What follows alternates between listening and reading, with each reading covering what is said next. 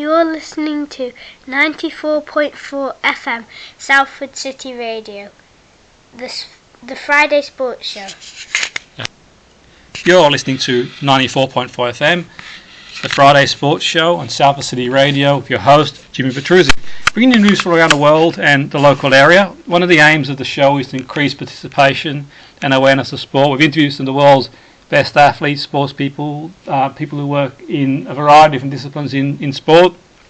We also have a fascinating segment where we interview some of the world's most influential people in the field of psychology and related fields. And today we have a really fascinating guest who will give us an insight into, psychology amongst all things really. I think it's going to be a really interesting insight for our listeners who've got a passion for psychology and related fields as well.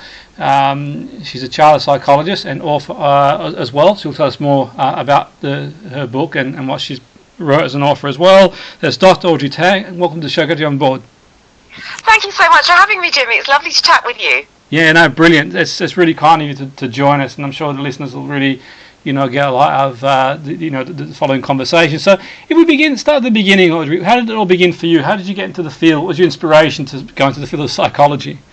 I always enjoyed psychology just as a subject. I think I read the book How to Win Friends and Influence People, and some of the moments of Dale Carnegie's writing just stuck in my mind, like praising people genuinely, and that always fascinated me.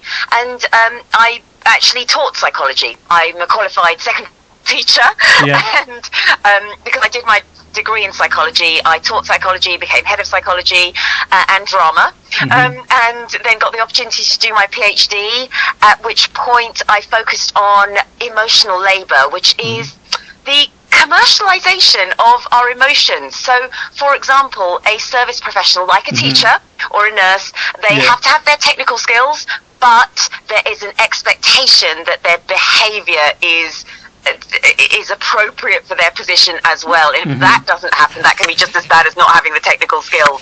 And since that point, I continued teaching whilst writing up, but then moved into learning and development with the NHS, got trained as a coach there, and then decided in 2014, you know what, I think I can deliver this training on my own, went freelance, and now I'm a learning and development professional. I deliver training, and I do a little bit of leadership development coaching as well on request.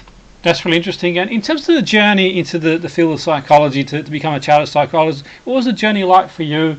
Or what are some of the sort of challenges many of our listeners no doubt sort of contemplate going down that career path? And what are sort of some insights in terms of we've always sort of talked about the highlights, what are some of the sort of challenges for you on your sort of journey into the field? Well, it's a great question. It's so funny because very recently I met up with a friend of mine with whom I graduated 9 years ago. So literally we graduated on the 24th of July 9 years ago from with our PhDs. And it's a hard process to get chartership. One of the routes is the academic route, and so you do your PhD, which means 3+ sometimes years studying in depth one particular topic. For me, I did qualitative research, which means that I was transcribing around, I think it was 88 interviews, coding it, looking for themes.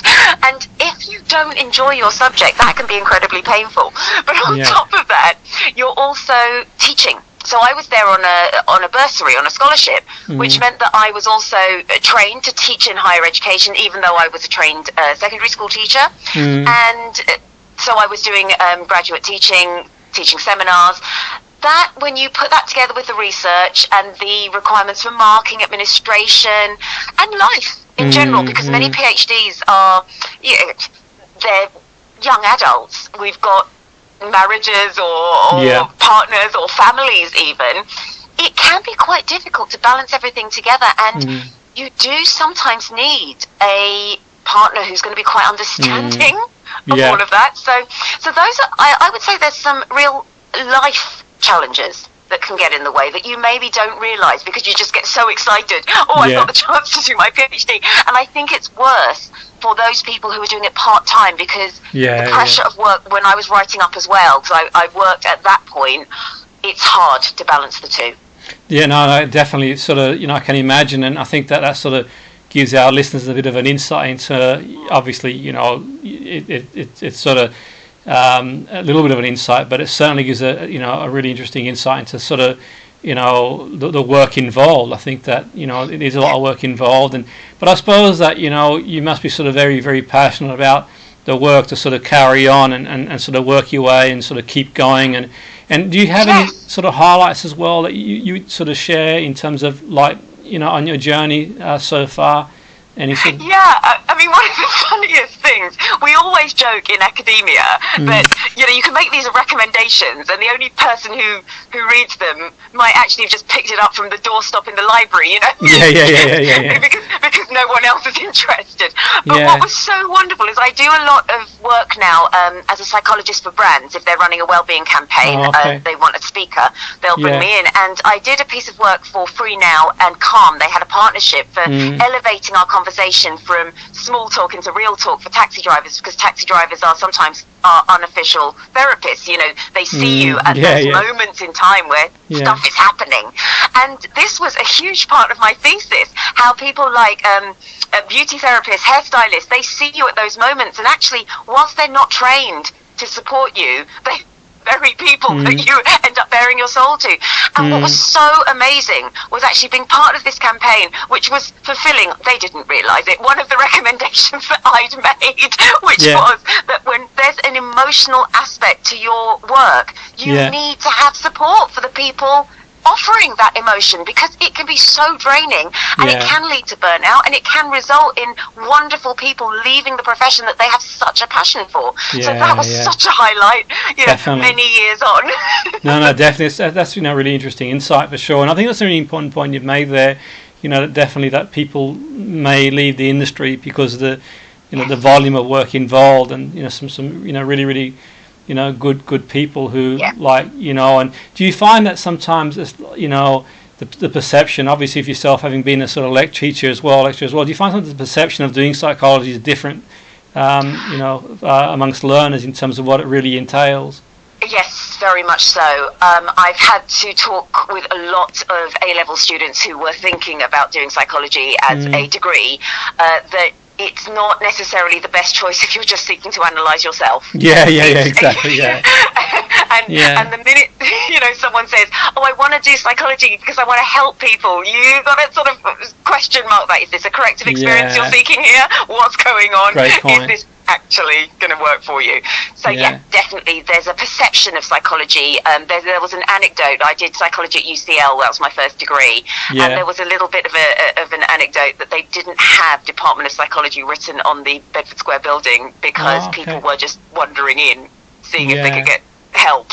Yeah, that's really interesting. And I suppose in one sense too, there is the academic element there that, obviously you do have to have a certain level of academia to get through the studies. But do you think in one sense, like there are people who've had sort of lived experiences, they're almost like an expert in themselves, and maybe do you think, I know this is sort of going off piece a little bit, I'm just wondering what your thoughts are. What can be done for learners who aren't as academic, do you think, in terms of writing and citations and sort of writing to the standard, but actually understand the concepts really, really well? I mean, is there sort of any way around that, do you think?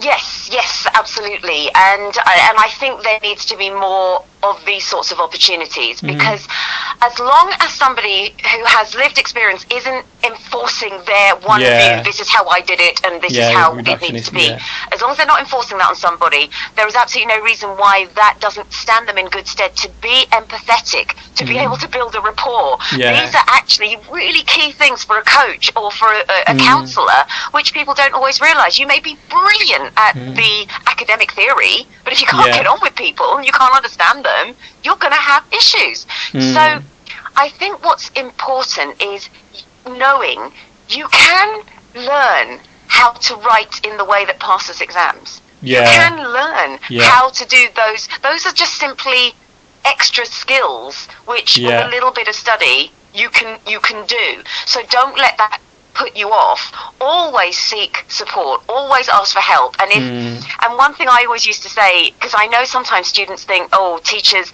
and lecturers, or they don't give me much time, but if you just come to somebody and say, oh, I don't know what to do, it's not helpful for us. So I always say, at least tell me what you want me to look at, and that will at least help when it comes to a bit of time saving and getting straight to exactly what's going to help you.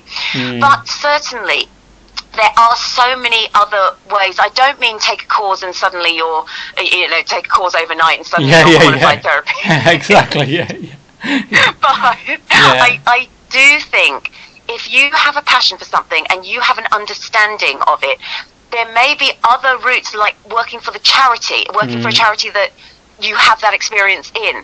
Although even there, I would say a lot of volunteer managers for charities, they do say, be wary that you've had the time to grieve or you've had the time to work through what's going on. When you are supporting people in a counselling or a manner, you often have to have your own supervision, or you always have to have your own supervision in order to make sure that you aren't placing your own concerns and worries onto the other person. So you do need to have those extra things as well. Absolutely, that's really interesting stuff. And in terms of your own sort of career, have you sort of seen any sort of changes, a lot of changes in sort of the field since you sort of got involved?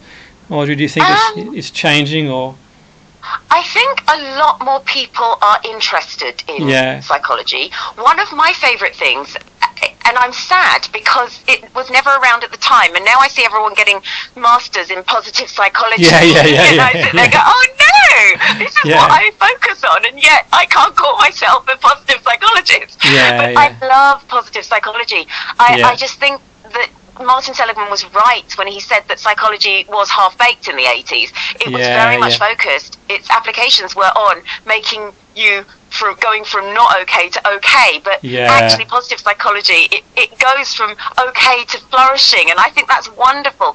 And I think that is the other side of psychology, because a lot of people, who come to me, as a coach, I know they may have issues, and if they have issues which need a counsellor, then we will pause coaching whilst I recommend that they get those sorted, and I can signpost them.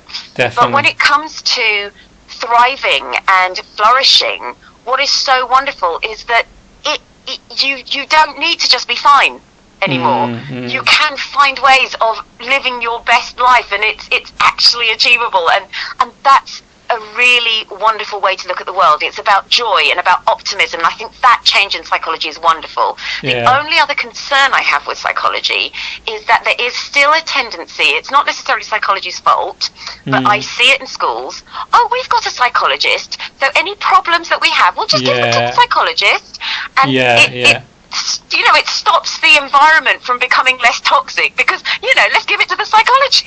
That's a great point. That's a really interesting point. You know what I find interesting in terms of like the coaching approach you mentioned there, Audrey, is like I see like a strength having that background in psychology for a coach, because I think for me, certainly this is one thing I've sort of said in sport over the years, where there's a fine line in sport. I'll use sport as an analogy, where there's a fine line between, say, performance and sort of, pathology, in the sense that sometimes,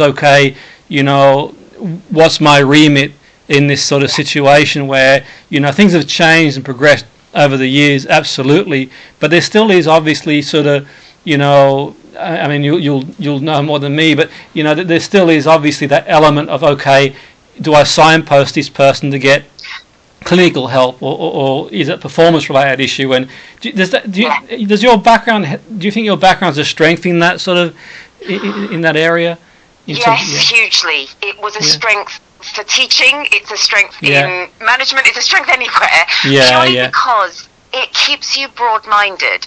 Now, one thing I struggle with when it comes to any form of being able to have a diagnosis or be able to diagnose, I don't diagnose, but is, an oncologist will look for cancer, a urologist will say it's to do with the bladder, and so on. And I think the problem can be that we can get quite caught up in, this is the way it is, I'm sure it's this way. And psychology, from the very start, when you're teaching A-level, you teach 5 different schools. I'm sure there's more now. Absolutely, and you teach people that, depending on your perspective, the different ideas, techniques and tools come through. And having that broad understanding and being able to draw from different perspectives, because that's how your discipline is set up, what I find with clients is, if I say something and it doesn't resonate with them because I've used, cognitive behavioural therapy, I might phrase it in a law of attraction for argument's sake. That resonates.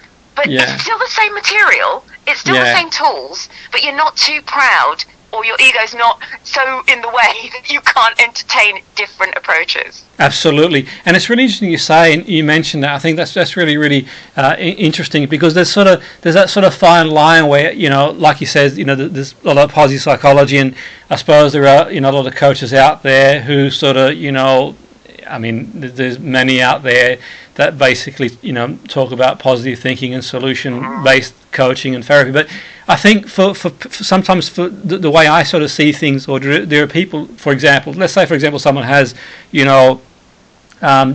treatment-resistant depression, for example. Now, I think it's really important they get the right treatment, and if they sort of fall in the wrong hands and someone doesn't understand that could be the case, then obviously it goes into like a danger zone, really. And I think sometimes, with all the will in the world, it's like, okay, I suppose the point I'm getting at, I think it'd be useful for coaches to have some sort of, mental health first aid training, I would think, to get a bit of an idea of what some of the, some of these sort of mental health disorders consist of.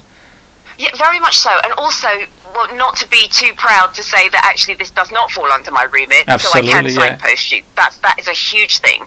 But in terms of any form of support, or in any form of profession, actually, there's people who can do the job and people who can't. Definitely. And we need to be aware of that. And then, for some people, it's about having your artillery of tools that you can use, but knowing when to use them. So, for example, I spoke to a young lady who is a young minds advocate, and I said to her in my old-fashioned way of, what would you, as a young person, want somebody to say to you if you opened up?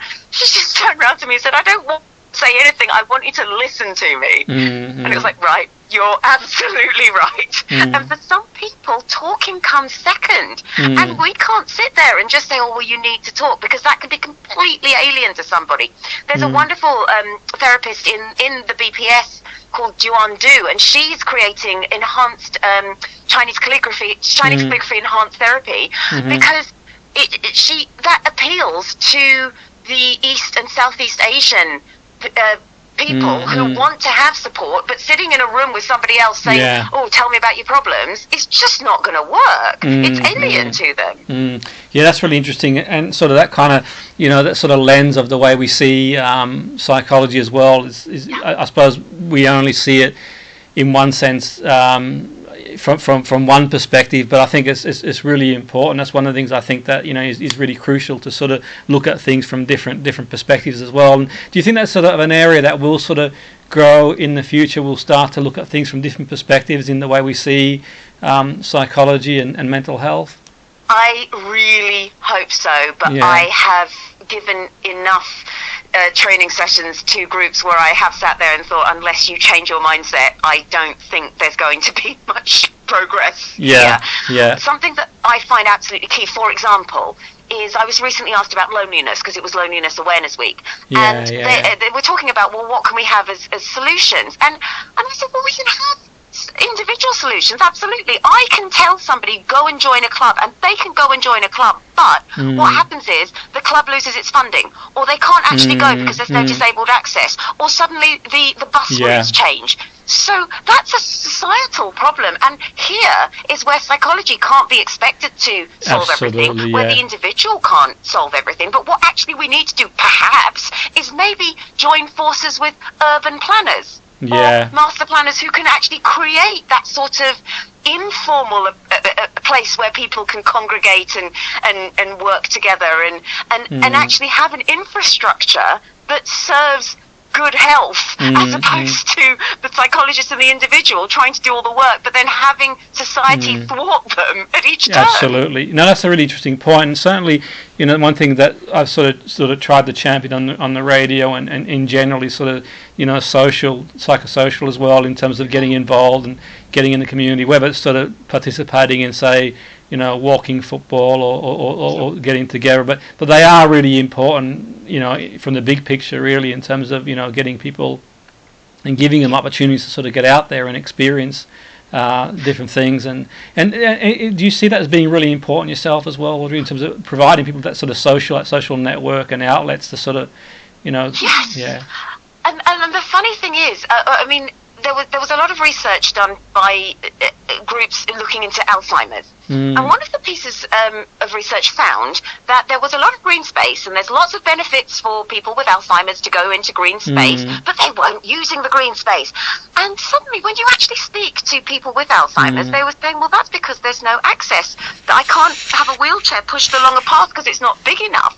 So that's one issue. But when you speak to them and find out why they want to be in the green space, yes, there are the benefits of the vitamin D and the serotonin, but what they wanted was to be able to see people going about their daily lives. It's not that everyone desperately needs to be involved in anything that's happening, but just to be involved in the community and to be remembered as part of it is so important. I speak to a lot of people who do social enterprise work, and the gentleman who runs a cafe in Northampton called Saints Coffee, he has walking events where they start and finish at the coffee shop, and of course then maybe go into the coffee shop and have a drink.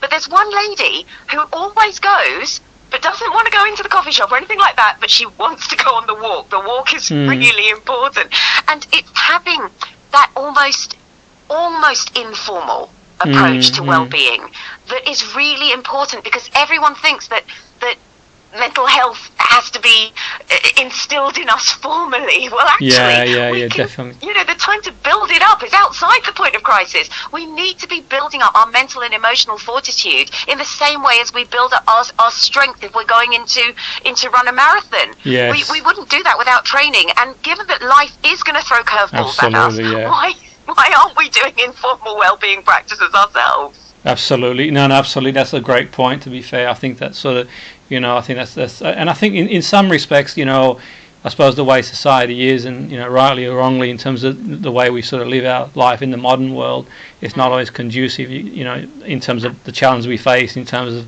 mental health, but sort of building that sort of strength. But also, I suppose, the way I see it sometimes too is that there's so many people that may not get a diagnosis, for example, but they do still have debilitation. And it's like, well, where do they sort of go? And I know there are outlets for people in those situations, and sort of, but generally speaking, it's like, okay, I suppose I don't want to sort of like, get contentious about, diagnostic, but I think from what I can see, the general public, I think there's sometimes like a bit of a, maybe a little bit of a misconception in terms of, diagnostic itself, in terms of how it's done and implications of it too, and obviously outside people who are diagnosed, well, where do they go type thing? They can still have debilitation. Yes. Now the thing about diagnoses is it's a very big word, it's a weighty word, and one thing certainly as a teacher, when somebody has a diagnosis, means you are entitled to finance or entitled to extra support, and that's a really important side of diagnosis. But even without a diagnosis, if you believe that you need certain support, and there will be at least ways of finding that. If you can go through maybe charities, they do a lot of good work out there. And also, I also question whether somebody wants a diagnosis almost to have a reason for something, but actually that's not enough. So. I'm quite heartbroken for it's a couple of women that I know who have wanted to get a diagnosis of autism and ADHD, and they're on the cusp and they're not quite getting it, and in a way they're focused so much on the diagnosis and not on the things that could help them if they do have that disorder. And what I mean by saying this is that I don't actually always think the diagnosis is important. It's what you do about your symptoms that really makes the difference. And so, if you need it for your own peace of mind and for your own peace of mind, it becomes easier, and maybe it gets you access to funding and extra things which you wouldn't have had otherwise, then absolutely, I fully agree with it. But a diagnosis does not need to be part of your identity, and it doesn't make you any more or less valuable as a person, because I know some people think a diagnosis it goes the other way, it makes me less valuable, and it's like no, people are just people, And what we need to do is, sadly, if you do have symptoms of any description, you have a harder job to get to where other people are. But that doesn't mean it's impossible. It is harder, though.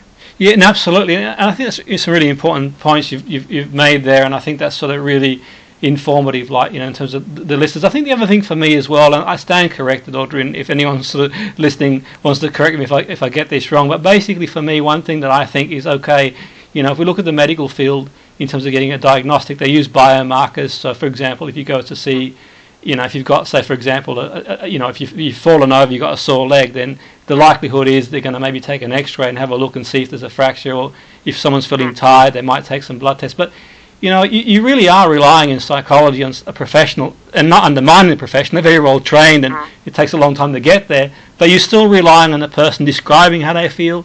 You're still relying on the interpretation. I don't think it's sort of moved on as much as technology has, Audrey, in terms of maybe offering eventually a more robust system. But I could be wrong, and that's just my opinion. I don't want to sort of, Yeah, no, I agree with you, in fact.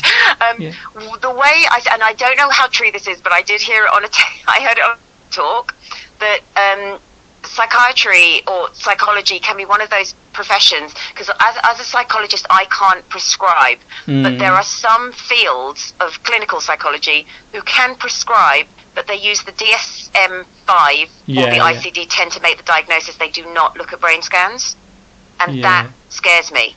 That worries me, that we can be giving somebody something that can effectively alter your brain chemistry and not see the brain scan. Absolutely. No, and that's a really good point. And on top of that, I read a paper one time that, for example, that that sometimes there's manifestations of like depressing symptoms with people who end up being diagnosed with Parkinson's. So even before the motor symptoms, Audrey, so you could be going on it's like I don't know if you the Charles Whitman, is the Charles Whitman story, the guy who had the brain tumor in the 50s or 60s and was sort of saying that there was on a lesson, one of the lecturers one time said the story about the guy in the States who I think it was in the 50s that his personality changed dramatically over a short period of time, and basically it turned out, I think he went and shot a number of people, but in the end an autopsy found like a tumour in the brain, and you wonder, well, how much did that correlate to this severe change in mood and behaviour? So what I'm getting at is sort of, okay, we can look at things from one perspective, but I think we've got to be more holistic in the sense that, okay, can we check other things as well, and can a counsellor, psychologist, coach also keep an eye on behavioural changes? Like, for example, someone turns up one session and says, I forgot how to get to work. Well, that could be stress, but it could also be the onset of something else, really. So I'm advocating a closer relationship between the fields. Do you think could be done? Yes, I certainly think there's always room to get other opinions and other perspectives, and always to be mindful of baselines and the changes in them. But we also, like you say, need to be careful about putting all our eggs in one diagnostic basket and saying, it must be this, when actually it could be something completely different. And we need to bear in mind that psychology, you're absolutely right, is about describing our symptoms. And if we're not even describing them accurately, because that's not how we perceive them, then that's even more problematic for the psychologist or the person who's trying to interpret them, because they might be completely different, which is why you often need almost that longer process of observation and asking questions and taking almost 360 advice from other people. We definitely need to remain open-minded, and we definitely also, as people ourselves, if we're not happy with one diagnosis, and that goes for medical as well, we need to ask for a second one. We are allowed to do that, but unfortunately many of us, and certainly my parents, are of that generation where if the doctor says something, it must be correct. Not always. And that's a great point. That's a really interesting point for sure. And I suppose, on top of that, there's the other, and this is certainly not making light of any sort of mental health condition. Obviously they're devastating, and a lot of them do overlap. But you could also say there are times that, we all might have a cluster of symptoms. I know that diagnostic takes a lot of things into consideration, but I suppose there are things in life like adversities, and like bereavement's been a controversial one for a while. So I think these are the sort of things, I guess, that could make a whole protocol of treatment could be informed based on how someone describes how they feel. And yes, I mean, the difficulty is that something like what is like you say bereavement. So some research has shown that bereavement literally can cause heartbreak. It can cause a sort of a jump in the circulatory system around the heart, and that could be due to the shock. It could be due to the loss. It could be we don't know enough, but we need to know that we don't know enough. Absolutely, yeah, that's a great point. I think that's sort of part of it. And what I notice happens sometimes is that people get very caught up in their own research and their own ideas and their own way of doing things. And so that's one area that can become problematic, as they almost seek to dismiss other ideas because they need to promote their own. But then you also get, and this question was asked very, very rightly and sort of a little bit off the cuff in a program on Radio 4 where they were talking about women's health, and there's a move to get doctors and GPs more aware of women's health. And the interviewer said, weren't they already aware of it? Yeah. And actually, research by another BPS member, Dr. Sharon Hinchliffe, she looks at the sexual rights of older adults. And what she says is she's noticed that GPs, they know that certain tablets will will have an effect on sexual desire and performance, but they won't have that discussion with their older patients. They'll only have it with their younger patients. So sometimes we're making assumptions as professionals as well. Yeah. So not only do we not know everything, absolutely, but we make assumptions on top of it. Yeah, and absolutely. I suppose there's no sort of simple solutions in some respects, but there's certainly things that we can do to be more aware. And I think that obviously people like yourself, Audrey, are very personable, and I think that's one thing for me. I'd like to see the field of psychology going in terms of certainly. I can only speak from my experience. The change I've sort of seen over the years is more people like yourself who are personable, who are approachable, where, back in the day, it was a little bit different really in terms of, and I like that sort of humanistic side of psychology in the sense that, we're on a level playing field in terms of, it's not sort of the expert that knows everything really. All you can do is sort of, help people to the best of what you can. In terms of your own vision going forward, I know you're doing a lot of great work, and I suppose the show has gone pretty quick, to be fair, and probably not sort of doing justice to all the work that you do. But where do you see yourself going from here, Audrey? Where I mean, you've obviously done a lot of great work, and you're out there and doing great work. And if you don't mind me asking, what's sort of your vision going forward? Oh, that's very kind of you to say. There's a few things.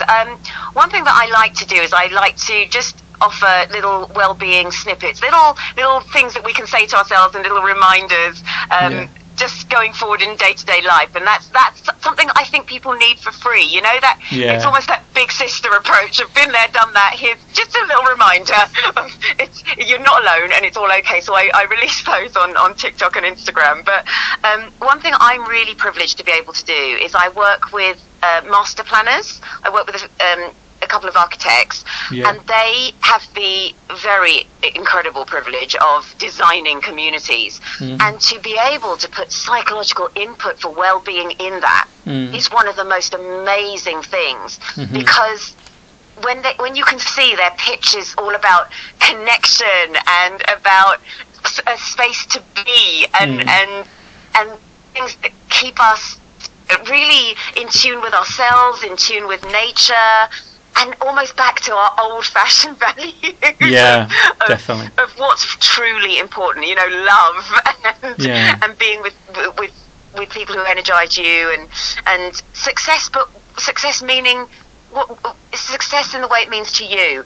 That's something that I'm really privileged to do, and I really hope to see more of that kind of collaboration. So it wasn't me that reached out to the architects, it was the architects who reached out to me, and I will always be grateful to a guy called John Goldwyn who really champions this. And I think that's something that we can all learn from, that we can go cross-discipline and really embed well-being in that particular way. I really want to see well-being not as a buzzword, Yeah, but as yeah. a genuine attempt to do what works to make people feel great. So, for example, in some schools, they have reset moments. They come in from break and they have a reset moment, and it works for that school. It's not going to work for every school. Absolutely, yeah. So, don't throw it into every school and go, oh, tick well-being. But to genuinely know what works for you and to do the things that work for people, and then help young people at that age learn how to manage emotions, learn how to concentrate or focus. So it's not these little phrases that you tell somebody, just concentrate. And they don't know how. Yeah. The 6-year-old's not been taught. Absolutely. So how do we actually embed well-being and being well? How do we teach people to learn to be well? That would be amazing if we can get more of that in. And that's why I do the little free, reminders that you're doing okay. No, that's brilliant. I think that's fantastic, Audrey. I think that, if there was sort of, you're doing sort of great work and making a big impact. I only wish there were more people doing the work that you were doing. Really, it would be great to have that. I think that obviously, I think it's one of them really where, you can't have too many people who, are out there and sort of, presenting information that's sort of reliable and valid and sort of is useful to people for sure. And if anyone sort of wants to know more about your work, you can share websites or social media. Yes. You can find out all about me on www.draudreyt.com, and I'm on Twitter and Instagram and TikTok, in fact, at Dr. Audrey T. Brilliant, that's fantastic. Now, I really want to thank you for coming on board the show. It's been fascinating, been a learning experience for me, and now that the listeners have sort of, taken a lot on board as well. It's been, really, really fascinating speaking to you, and I wish you every success, Audrey, and keep up the great work. So thanks for coming on board. Thank you so much for having me. It's been such a pleasure, Jimmy. Brilliant. That was Dr. Audrey Tang, who's kindly come on board the show, the Salford City Radio 94.5 FM, the Friday Sports Show, to share some, really invaluable insights. And I strongly encourage you to check out her work. It's phenomenal. Join us on the Friday Sports Show, 94.5 FM, Salford City Radio, with your host, Jimmy Petruzzi.